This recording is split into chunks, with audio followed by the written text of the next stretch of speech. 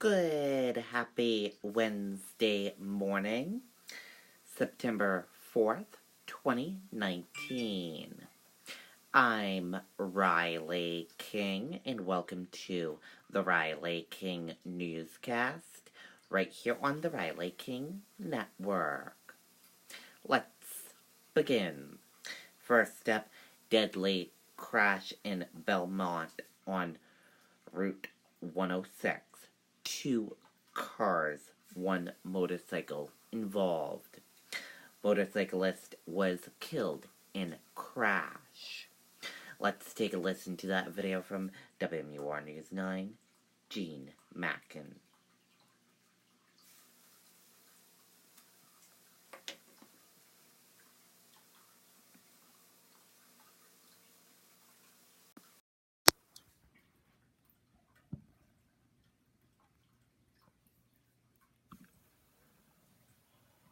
Out the door when it matters most. For more than a decade, he's been right there, everywhere. And when American jobs are on the line, he leads the charge. ABC's World News Tonight with David Muir is America's most watched newscast, and we thank you.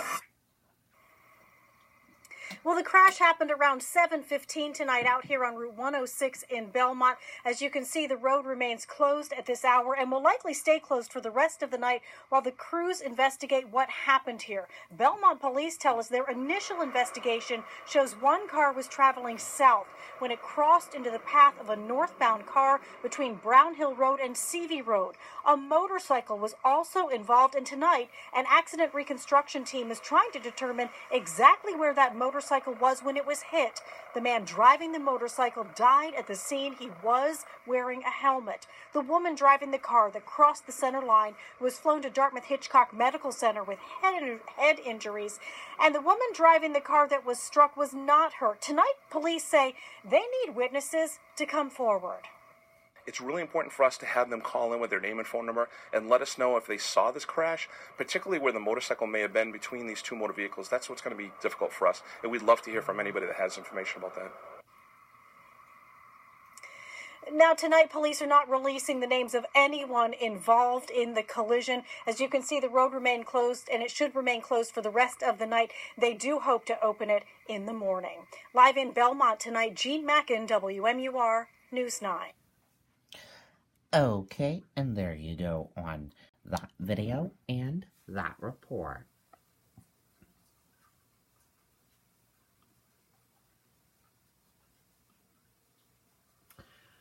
New report assesses state's growing risk for coastal storms. Researchers say as planet warms, storms will get worse. Let's take a listen to that video from WMUR News 9, Jennifer Crompton.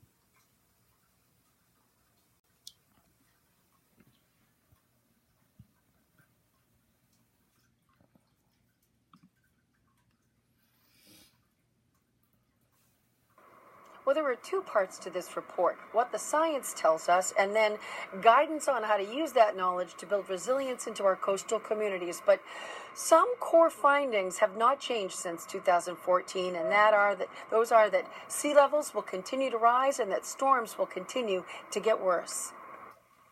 UNH scientists say devastating storms like Hurricane Dorian are happening more frequently.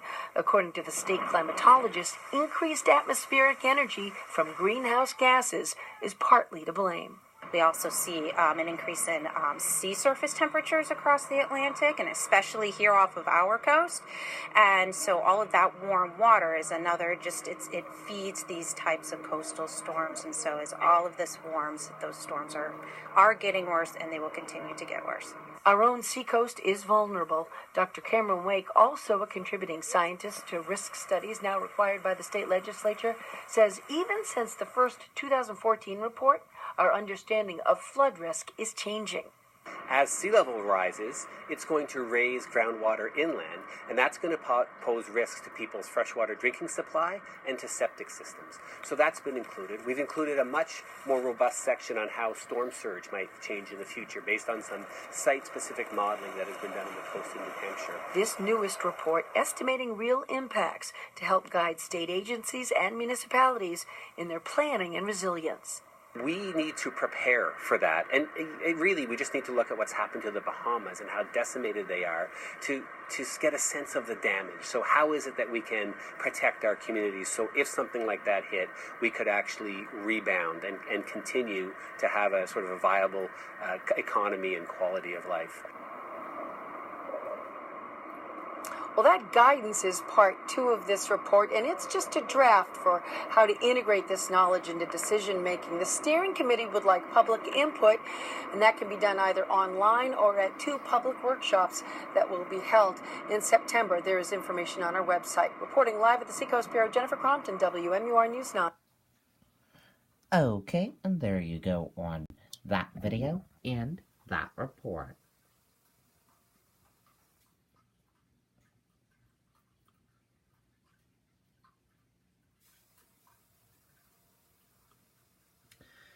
New Hampshire lawmakers consider red flag gun legislation.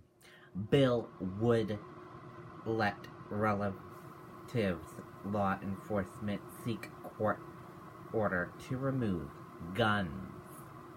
Let's go to this video from WMUR News 9, Tim Callery.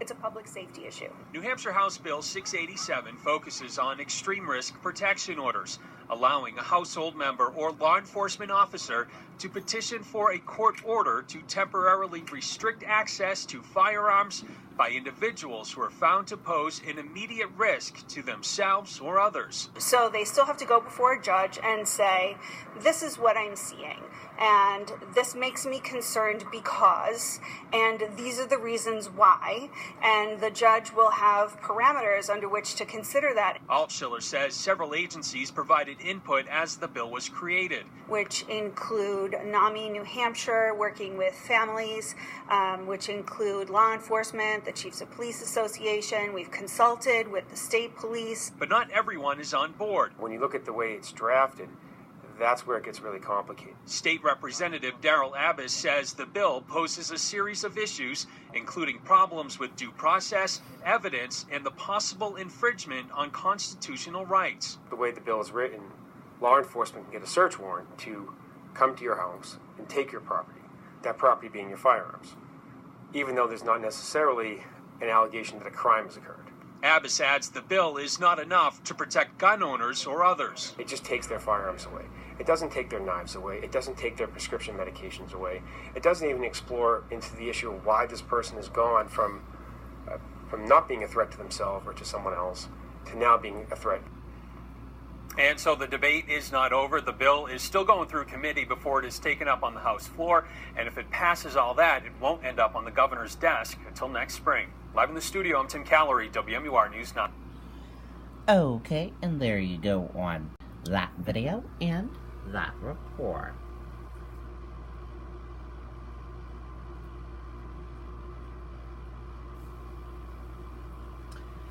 Parents calling for resignation of Principal Superintendent Raleigh in Concord.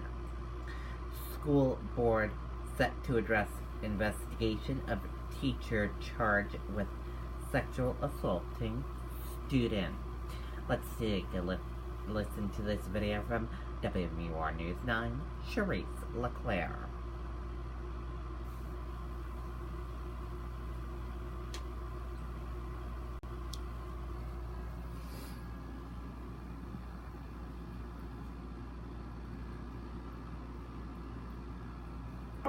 Sam and Gina are very passionate about working with entrepreneurs. We want to see businesses succeed with the opportunities that... Well, Tom, a lot of parents and even some students speaking out tonight. That meeting wrapping up just a few minutes ago. Those parents asking the board to take a vote of no confidence in the superintendent.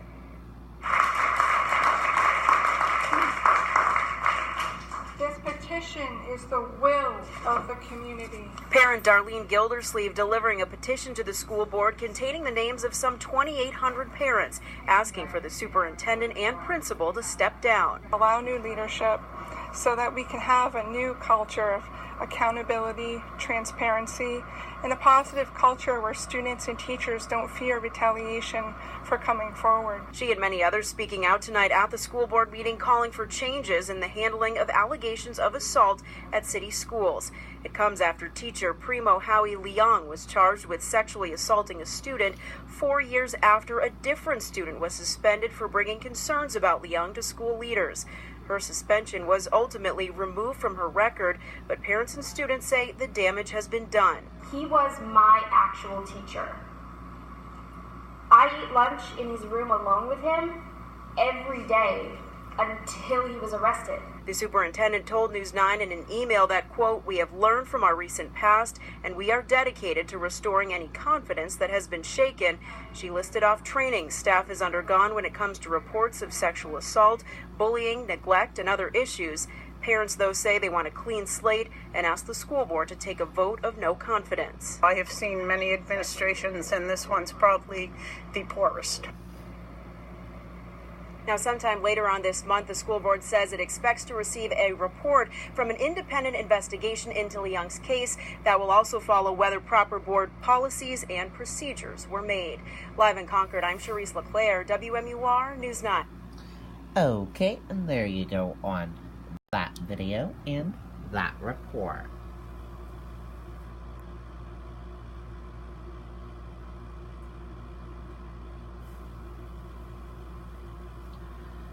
Bernie Sanders steps up campaign efforts in New Hampshire. Sanders sits down with WMUR for a one-on-one interview. Let's take a listen to this video from WMUR News 9, Adam Sexton.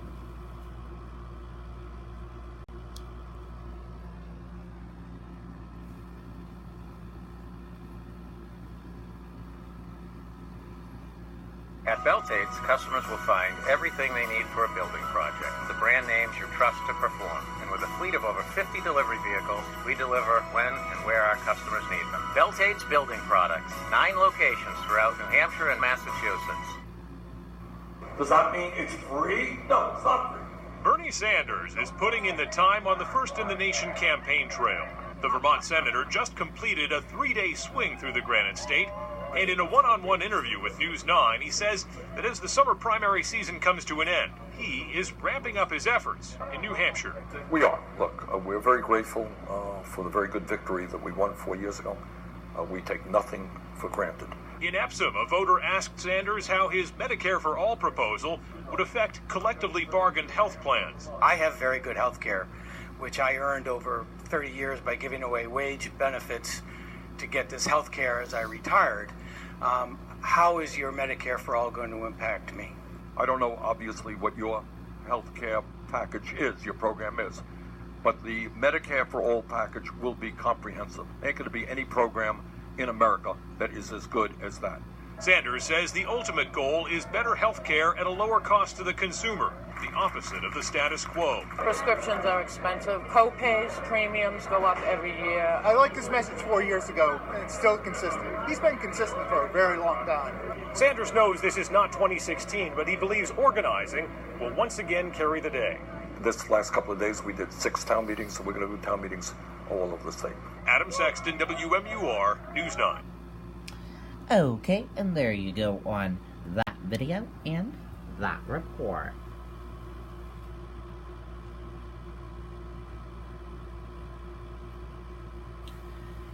Sanders keeps focus on issues, not potential clash with Warren. New Hampshire Democrats may have choice between 2 progressive candidates. Let's take a listen to that video from WMUR News 9, Adam Sexton.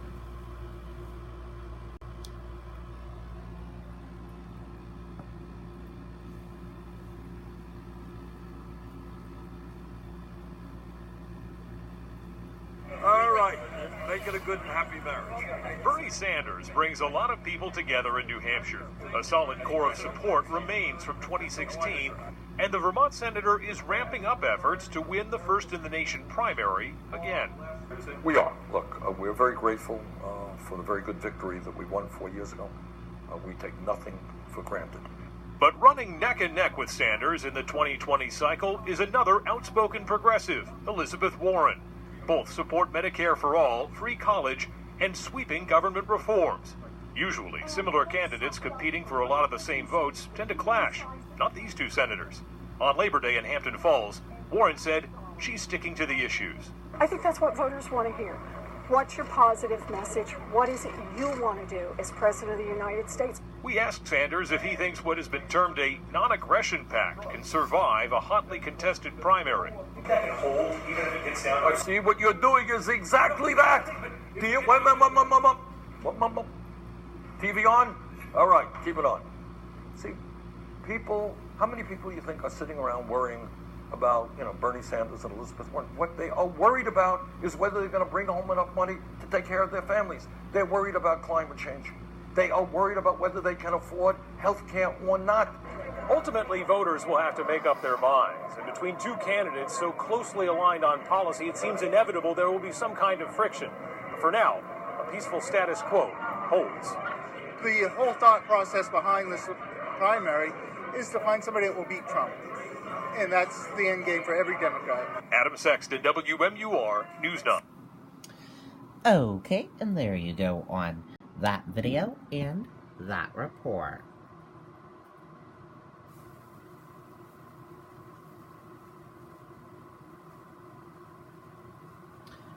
Joe Biden to hold 2 town halls Friday ahead of NHDP convention appearance.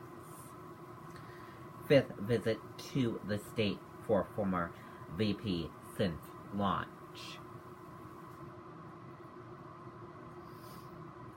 Former Vice President Joe Biden will hold 2 town hall events in New Hampshire on Friday, a day before he speaks along with at least 18 other presidential candidates at the New Hampshire Democratic Party convention. Biden's campaign said Tuesday that on Friday at 12:30 p.m. he will meet with voters at the Belmont Mill in Laconia. At 4:45 p.m. Friday, Biden will hold a town hall event at the Great Island Common in Newcastle. Information about the town halls and RSVPs can be found on the event page of Biden's campaign website. The state convention begins Saturday at 9 a.m. at SNHU Arena in Manchester. Joe Biden's presidential campaign has scheduled in early September return to New Hampshire by the former vice president.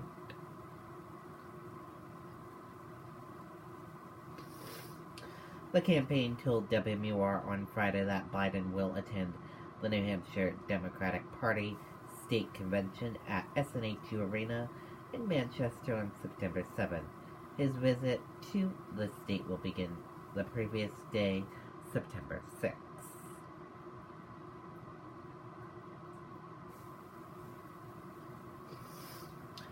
Dow futures jumped more than 200 points.